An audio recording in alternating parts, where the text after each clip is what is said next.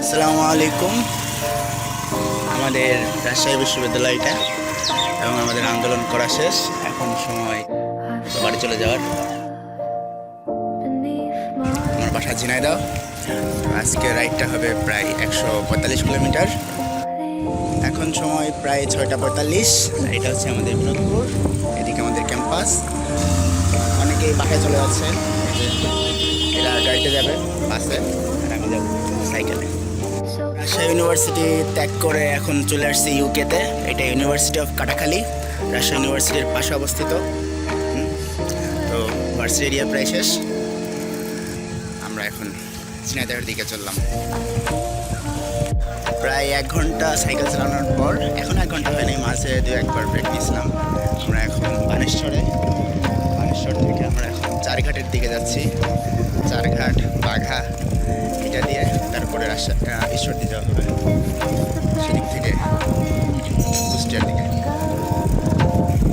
রোদ্রপুর নিরিবিলি এবং চারঘাট এলাকাটা খুব সুন্দর, পাশে পদ্মা নদী।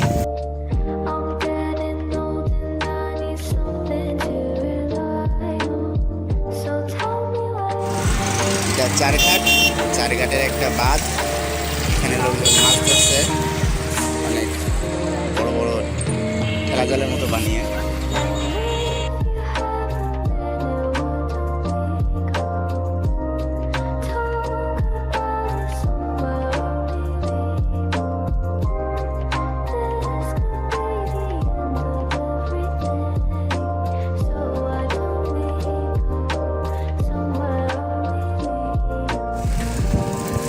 আসসালামু আলাইকুম।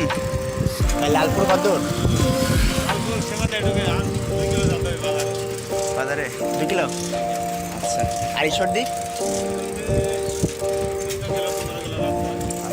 আচ্ছা, ঠিক আছে।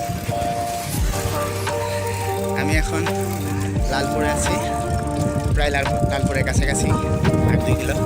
বাংলাদেশের উষ্ণতম স্থান, যদিও আজকে খুব একটা রোদ নাই, রোদ আসছে এবং মেঘের কোলে উঠে যাচ্ছে।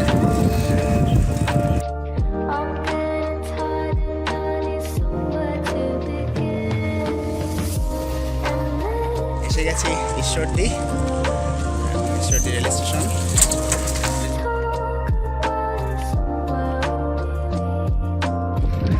আমরা এখন রূপপুর পারমাণবিক বিদ্যুৎ কেন্দ্রের কাছে।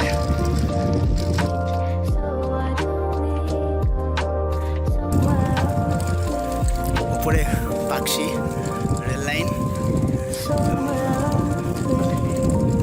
লাইনের নিচ দিয়ে সুড়ঙ্গ পথ দিয়ে আমরা এখন